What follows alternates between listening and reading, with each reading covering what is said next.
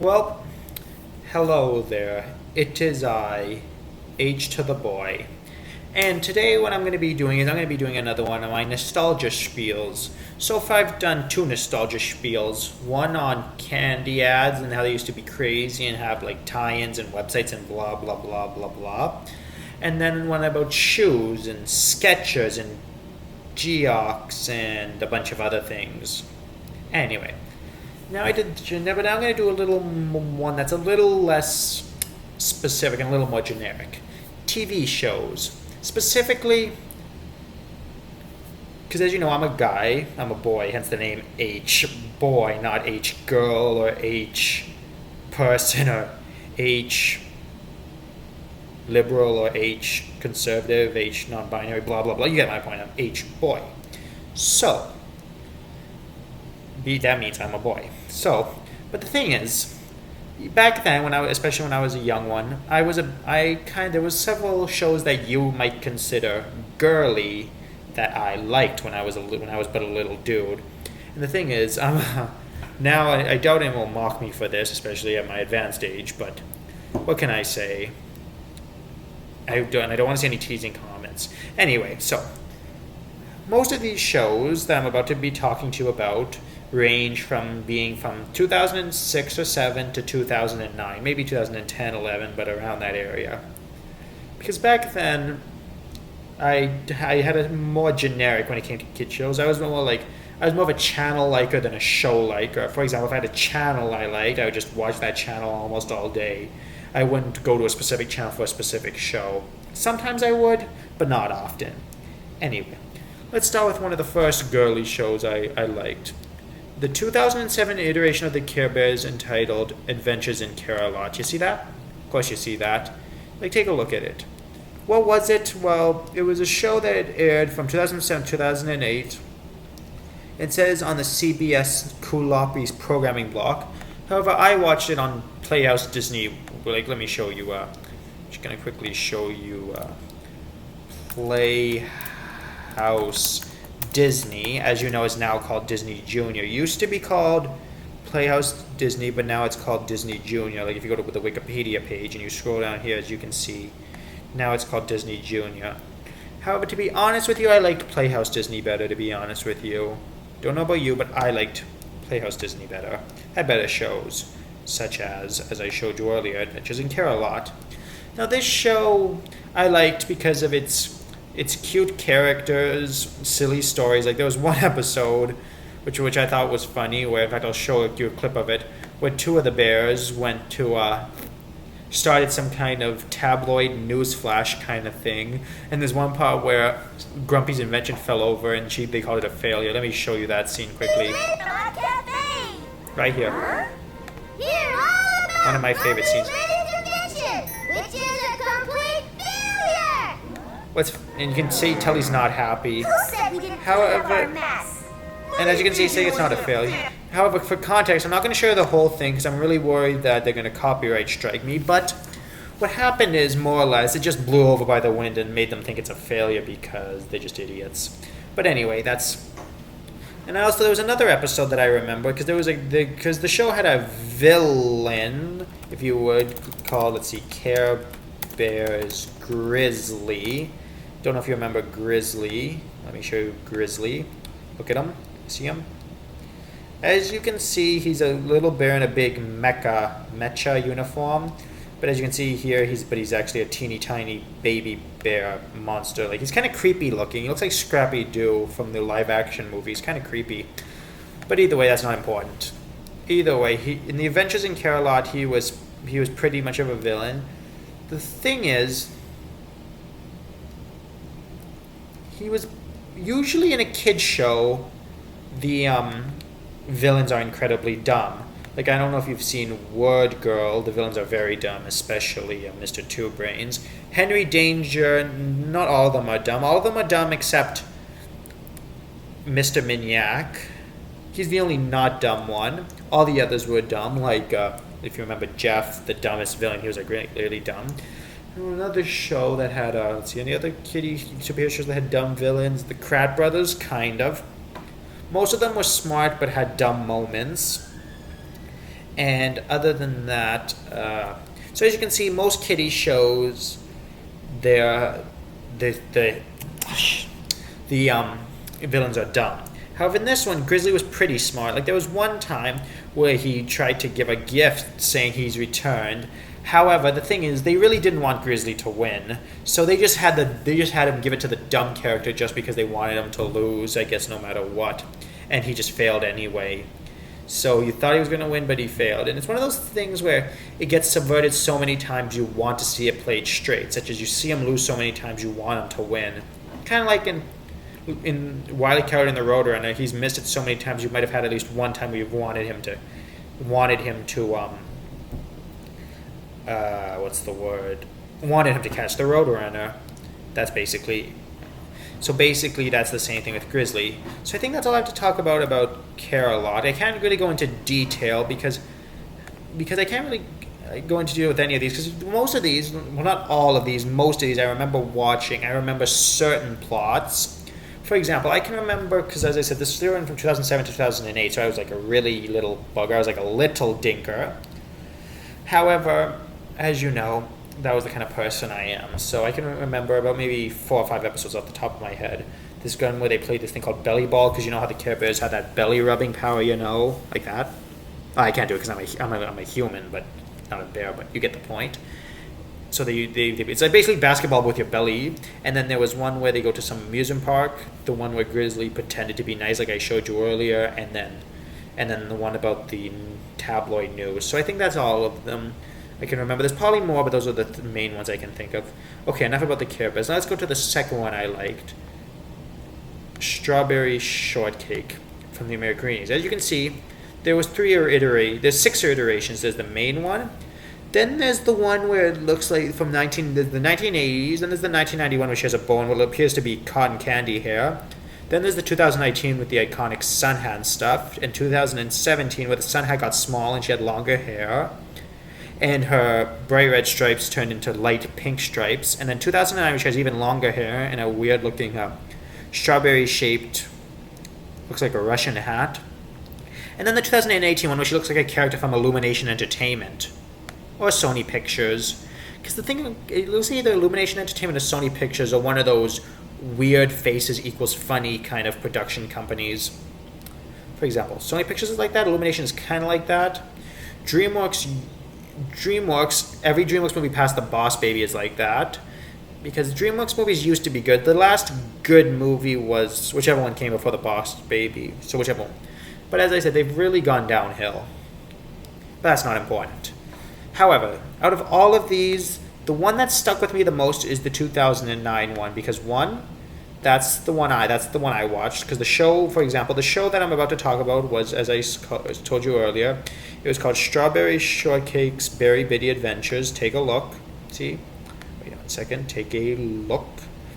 Yeah, you see that? As you can see, it's a CGI show based on the Strawberry Shortcake franchise. And let me show you a quick clip. And then after that, I don't want to see Bluey, because I'm not talking about Bluey. I don't want to see Bluey. I want to see Strawberry Shortcake. Because I love the theme song. As you can see, what's weird is they were the only humanoid characters, and I remember those creepy berry bug characters. With high pitched voices, I didn't really like them. To be honest with you, I remember not liking those characters.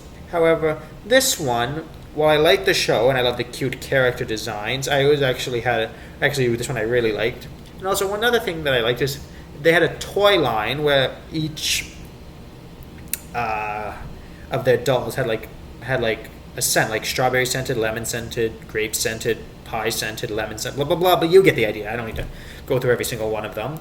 However, I never got one of these because 1, they were girly. 2, what would I do with them? And 3, other than singing and sniffing them, through my eyes, they would have ended up being useless. However, I think I did get a McDonald's toy with them once, which was pretty awesome. However, I remember back then I had a friend who had a sister who was obsessed with those little dolls. However, what happened was I sometimes wanted to catch a whiff of them, but the problem is I didn't want them to see me because I looked awkward. So one time she had it on her couch, and I was at his house. So let's say the cell phone was the doll. I was basically lying. I was just there, and I was trying to get a whiff, like that, and then the problem is but the thing is, it might have looked awkward, but what can I say? I like the smell of those things. Oh, and they were also cute looking. Yeah, so I say the 2009 Strawberry Shortcake is the cutest looking. It was probably my first cartoon crush, if I had to say, definitely. However, the cutest one would probably be either the strawberry or the yellow one. Let me see if I can find a picture of the yellow girl. Wait, no, that's not it. Where is it? Ah, here we go. Actually, no, the cutest one would probably be Blueberry Muffin. She's probably the cutest. Look at it. See?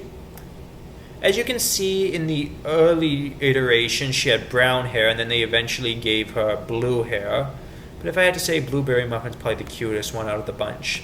So that's that one. Now that's another girly show that I liked, and another one I liked. Then there was this one, which I rarely watched in TV form, but I watched it a lot on online, and I occasionally watched it. Played like games of it on their website. It was Holly Hobby, but when I say Holly Hobby, I'm not talking.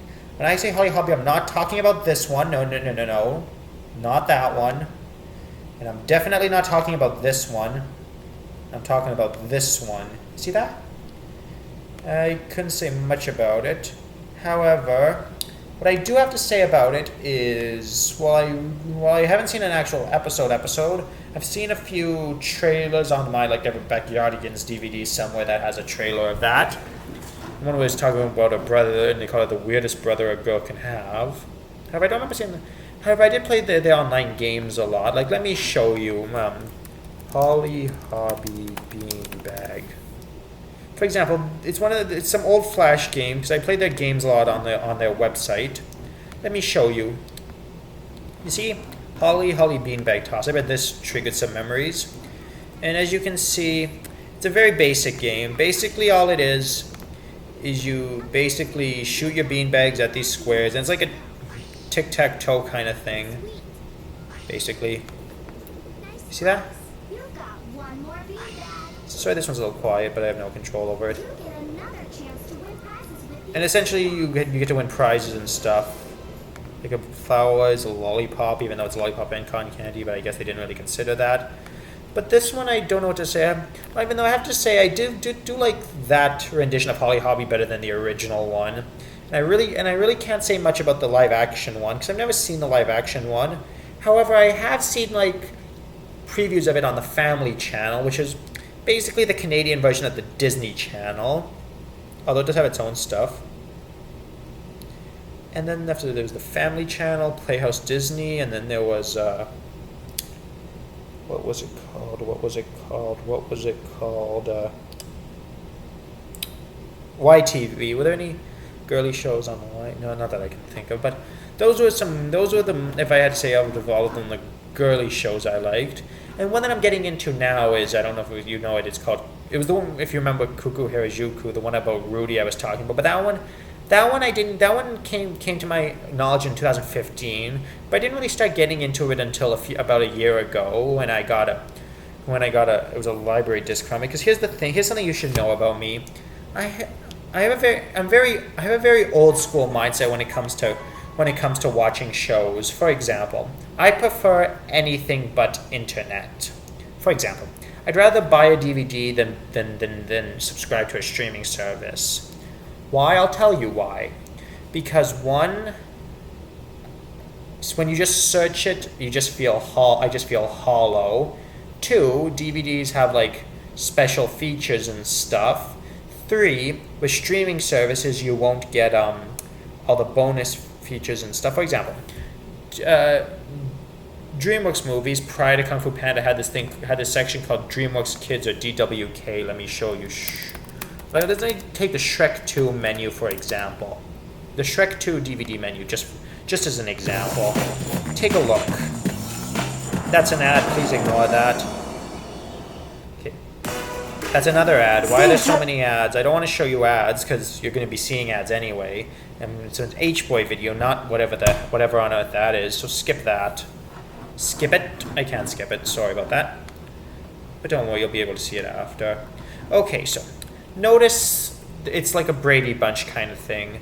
There's the 6 squares, but notice under Gingy's it says DreamWorks Kids, because DreamWorks Kids was like a bonus feature kind of thing. Let me cut to the part where he clicks DreamWorks Kids. Somewhere here. It's around here somewhere. It's around here. Does he click it? Alright, so right after this scene, skip this. Oh, right here. Right here. See? DreamWorks Kids. So, it was in almost every DreamWorks movie up until Kung Fu Panda. Do they have that on the streaming services? No. And they don't even have it on the Blu-ray. They only have it on the old original DVDs, which I have a few of them. Not multiple ones of the Shrek DVD, but I meant like of the random ones. And the problem with my mindset, it's preventing me from seeing lots of stuff because I don't want to go on like YouTube and stuff, which is not overly problematic. It's not like it's affecting my life really, but that's one thing. So there might be something else I might get into in the future if I can just find something. Let's see, anything else before I shut it down? Oh yeah, one more thing. For example, when you search things on YouTube and stuff, you might get ads of bad quality or something. You don't get that with DVDs. And also, here's the thing. As you know, Blockbuster is gone and most video rental stores are gone. But the thing is, because as you know, libraries have DVDs, and I treat my library as a video rental store. It's essentially the same thing. You both get to take things out and return them. You both get to, you both have late fees, and they both involve taking things out. So I'm saying essentially there's no difference. Well, anyway, that's all I have to say about I guess that's all I have to say. So that's H-Boy talking about girly shows and DVDs and my mindsets, and I'll see you next time.